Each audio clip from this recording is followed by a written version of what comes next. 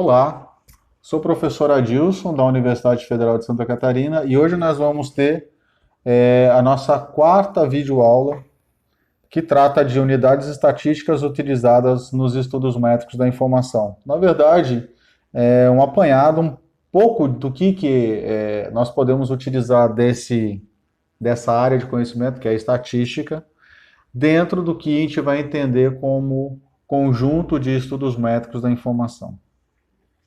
Então, por um lado, eu tenho população e universo, que são coisas que eu poderia estar trabalhando aqui dentro, poderia estar mensurando. População é verificar a quantidade de pessoas que acessam os sistemas de informação.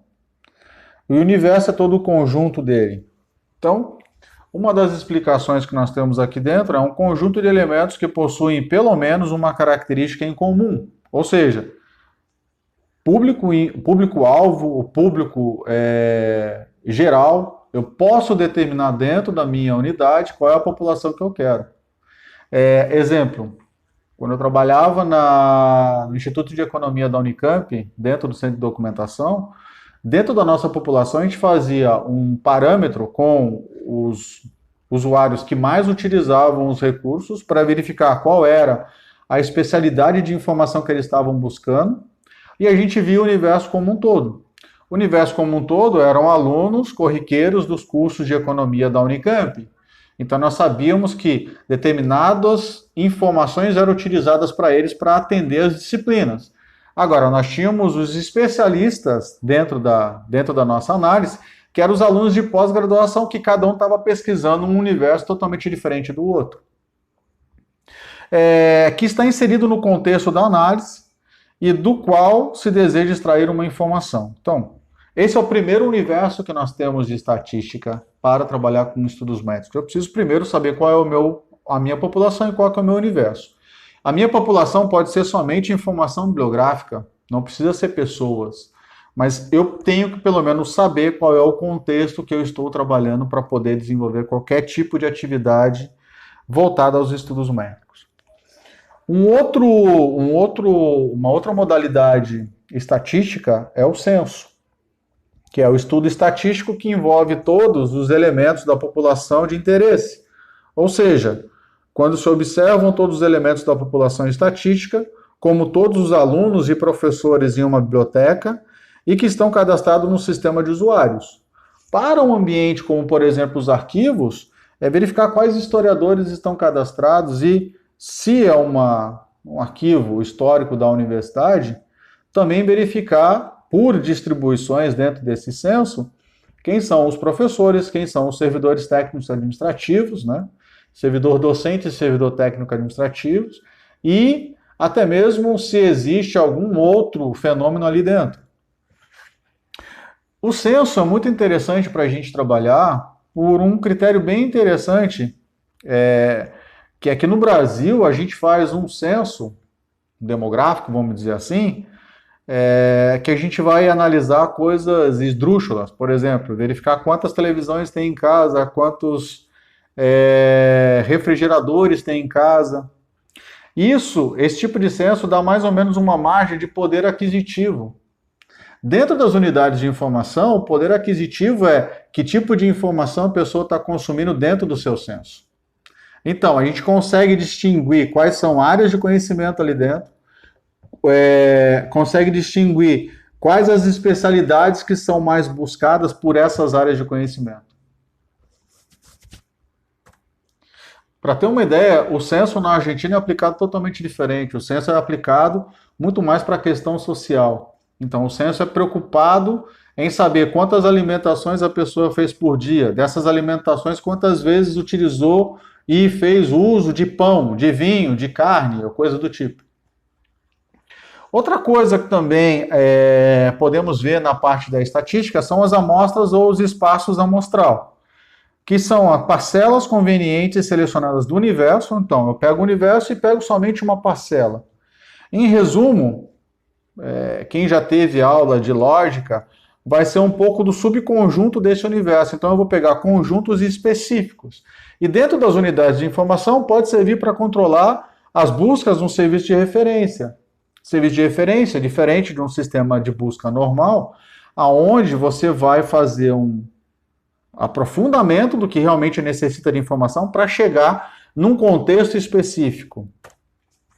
Outro tipo de aplicação da estatística são os indivíduos, ou as unidades estatísticas, que podem ser os usuários tratados particularmente. Eu posso pegar um usuário especificamente e começar a dar vazão em relação às necessidades informacionais dele. No nosso caso aqui, chama-se de unidade estatística, ou indivíduo, cada um dos elementos que compõem a população estatística. O indivíduo é um dado observável, que pode ser uma pessoa, um objeto, ou inclusive um dado abstrato. Outras coisas que eu vou ter para poder suprir a prática de análise dos estudos métricos são as variáveis, principalmente as variáveis e os seus atributos. E as variáveis podem ser chamadas de quantitativas ou qualitativas, isso vai depender do modo que eu vou estar tratando. Que nada mais é do que um conjunto de características, qualidade ou propriedades inerentes aos indivíduos, como, por exemplo, idade, altura, sexo, marca, cor, editora, no nosso caso, área de conhecimento de indexação. Sei que 001.42 é a metodologia. Então, toda a classificação que eu faço nesses números, nessa parte da estanteria, vai estar tratando desse determinado assunto. É o objeto de estudo que se converte em um atributo mensurável e seu valor podem variar entre indivíduos assumindo determinadas características dentro de uma pesquisa. As variáveis classificam-se em qualitativas e quantitativas, como eu já tinha introduzido. As variáveis quantitativas, elas podem ser discretas ou podem ser contínuas. As discretas é o número de empréstimos e consultas que eu tenho dentro da minha instituição, e as contínuas são as quantidades de empréstimo por tipo de usuário e a média que ele fez de uso disso durante um determinado período. As qualitativas, elas podem ser ordinais ou nominais. As ordinais, que é especificamente para atribuir, que não é muito adequado na atualidade, que é determinar sexo, mas área de conhecimento que a pessoa está utilizando as informações, sim, é viável. E as nominais querem dizer as pessoas e hierarquizações que estão dentro desse contexto, como professores, pesquisadores, os alunos de pós-graduação, os alunos que são de graduação. Então, cada um deles, dentro dessa nominação, eles têm um tipo de característica específica e um perfil específico de consumo. E, por último, as três formas que nós vamos mensurar tudo isso, ou por média, ou por mediana, ou por moda. A média é o sistema mais comum que nós utilizamos, porque eu pego todo o universo de 10 pessoas, a idade dessas 10 pessoas, e divido por 10. Somo todos esses anos, divido por 10, eu tenho a média. A mediana é um pouco mais complexa. A mediana vai ser o valor que vai estar no meio entre a quinta pessoa e a sexta pessoa desses 10. Em compensação, a moda, ela vai ser a que mais se repete, ou os anos que são mais próximos de se repetir. Então, a moda geralmente é o que tem a maior frequência. E a mediana, ela é a que está, de fato, no meio. O que acontece aqui dentro é que a maioria das pessoas utiliza média para tudo.